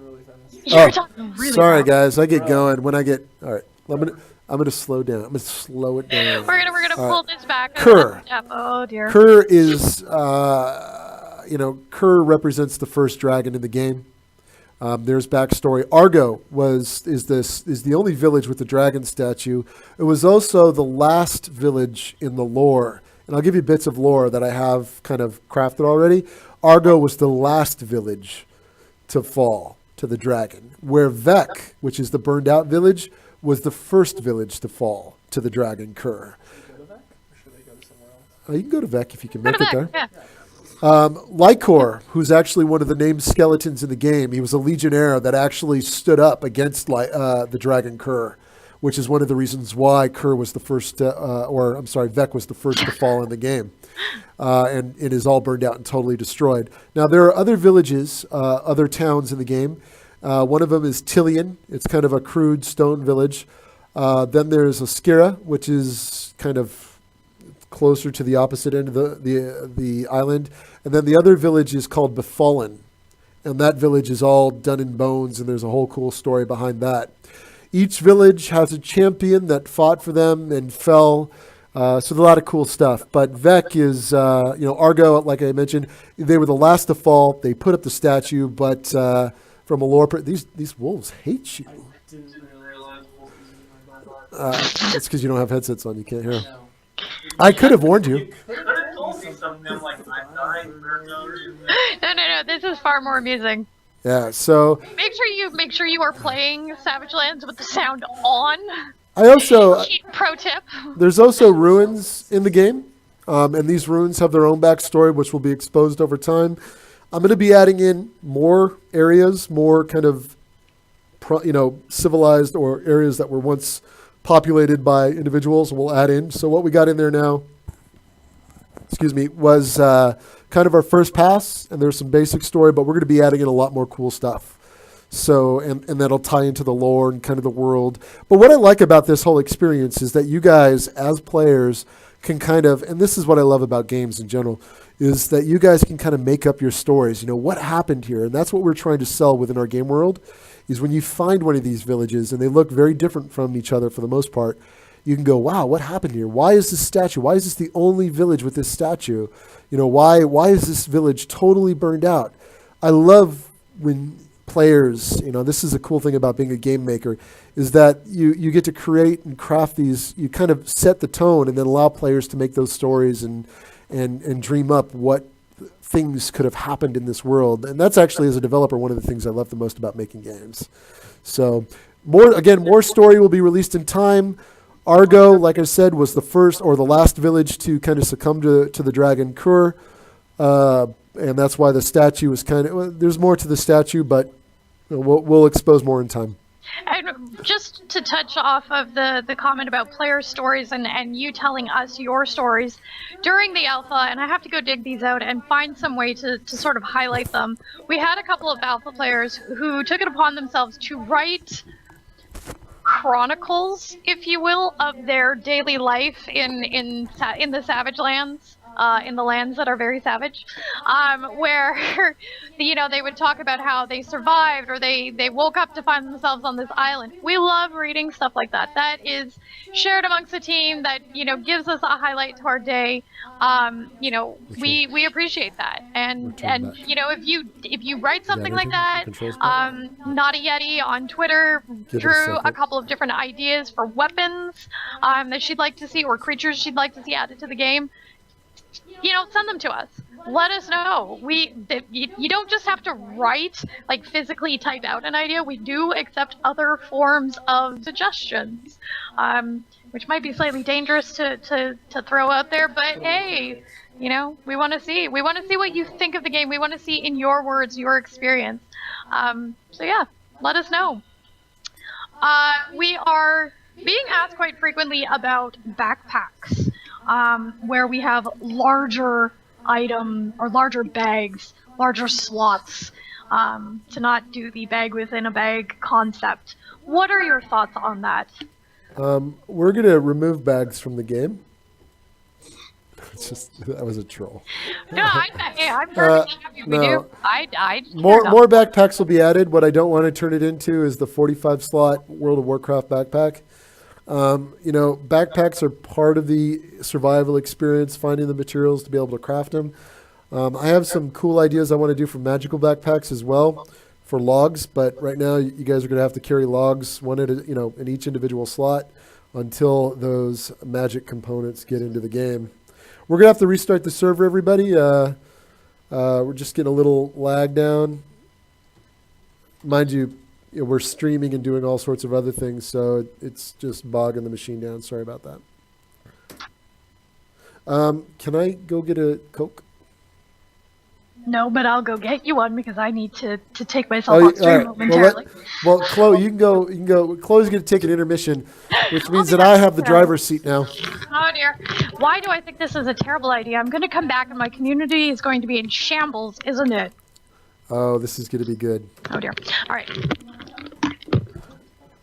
I'll grab it in a minute. Yeah. All right. So, what shall we do now, Logan? We can get down to business. All right. So, let's see. I lost. Just place tons of fur-lined bags in your inventory, and you can have 45 slots. See, Texan Warlord. There's an exploit there that I got to fix. 40. Yeah, again, the recipes are going to be they're going to be tweaked. Some of these things are a little too easy to make right now. We're going to fix that. No? All right. You tried to survive a night in 7 minutes. Look at how You're barely clung to life. That's good, 4 hours later. You're good. Next week, guys, I'm actually going to do some balance to snowstorms, so it might get a little bit more harsh. I actually toned them back, and those alpha players might, they experienced on the weekend how harsh snowstorms were. Now, I'm not going to make it as harsh, but I do want to make it a little bit more realistic in terms of the amount of cold damage you're going to take. I'll also be tuning the torches and heat. I'm going to tune some of the houses and heat, so we got some cool stuff planned. We're getting an echo. Is that Chloe's machine? Hold on, we'll fix it. Yes, we could limit the amount of bags you can hold, but we have 8 slots. I don't know. It's a balance issue. I got to figure out what makes sense. So as I watch you guys play and watch you guys kind of exploit things, then I'll come up with solutions that make sense for gameplay and figure out ways to balance that out.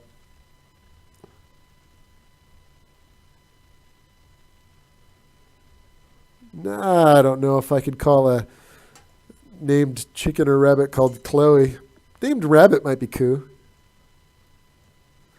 If you want a good scare, the Long Dark is awesome. Yeah, the Long Dark is a cool game.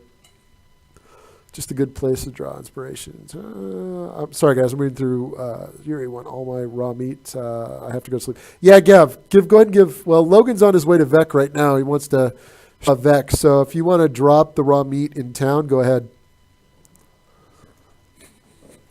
This is teamwork, guys. Oh, I know where you're at. You're right outside of Argo now.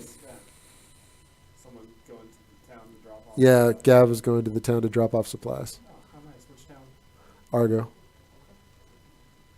I just need a fire. So you can actually, it'd be cool to have the ability to make warmer hide gear that is light, less protection than, say, plate, but would be better for combat, but worse. So we do have wolf fur armor in the game. Wolf fur has the best, wolf pelt armor. It has the best cold resistance in the game, 80%. So, and it's also some of the cooler armor that, if you're standing out there, the fur will actually blow in the wind. So you can craft that for some of the best, cold mitigation, but it is the damage mitigation is not so great. Woo. One of the things that we're going to be adding in the next week is different colored wolf pelt armor. So you'll have to go out and kill the different colored wolves and get their pelts to craft different color wolf gear. Wife fur armor. Yeah. Gav will meet you at the Argo statue. All right. Enchanting gear with more cold protection. Yeah, that's a great idea. I'd love to add different attributes once we introduce magic into the game. So you can imbue your weapons and armor with cool stuff. Oh, what a gent. Look at that. Supply drop. Yeah, supply drop. See, this is what's awesome about what I love about fantasy games. I'm a huge MMO RPG guy and just RPG player in general, is working together cooperatively to sustain life. Now, in other MMORPGs, usually it's working together in a guild. In this game, you're just kind of working together to stay alive, which is awesome. So thank you, Gaviner, for the goods. Logan greatly appreciates it. Really appreciate it. It's going to help out a ton. Wolf fur, yes. Yes, so Texan Warlord, if you mine the larger stones in the world, some of the huge kind of stone pillars, those will give you the components that you need. There's a better chance of getting high quality ore and radiant gems from those. Someone's asking why there's a bunch of naked people running around. Because none of them want to wear clothes. Because it's a free land. It's a free land, in the savage lands. It's all about, they don't mind getting cold. I should actually make that first armor a little bit more, the resistance to cold, and I got some ideas, but no, everybody, luckily everybody's kind of naked but semi-clothed. It's a good, Logan has his compass. Well, we're also working with a brand new game here, right? This isn't a pre-populated game. There's not piles and piles of stuff that have been saved and... Nobody likes to wear clothes. It's, for some odd reason, it's so true. Nobody likes to wear clothes. I don't get it. All right. We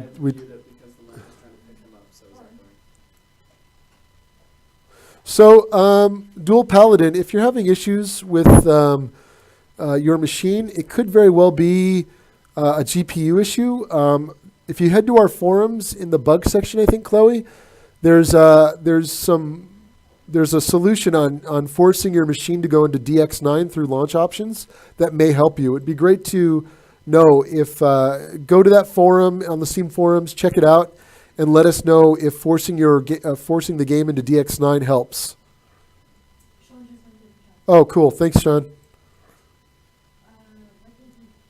Yes, actually, you do need a recipe for basic clothing.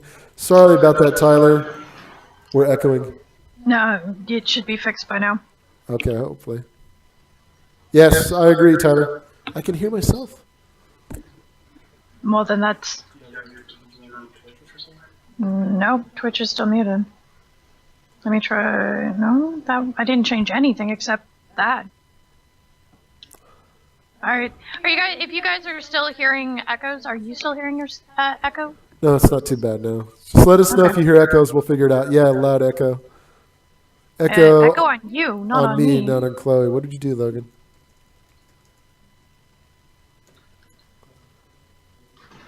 Dude. Chris, it's okay. All right, I can run DX11. It's only the water. Okay. Well, dual paladin. Just if give it a shot. If it helps, great. Still echo on me. I got the wizard voice going. Is it our camera? Hold on. Yeah, Logan's going to tech mode, guys. All right. I'm gonna go climb a building and then. Yes, we're in the same room. Yeah, exactly. Maybe if I get a little further away from Chloe. Well, no, but it wouldn't matter because it's not like either one of us have really moved. I'm gonna go grab a drink, guys. We're gonna figure out. We're gonna do some tech support. Chloe may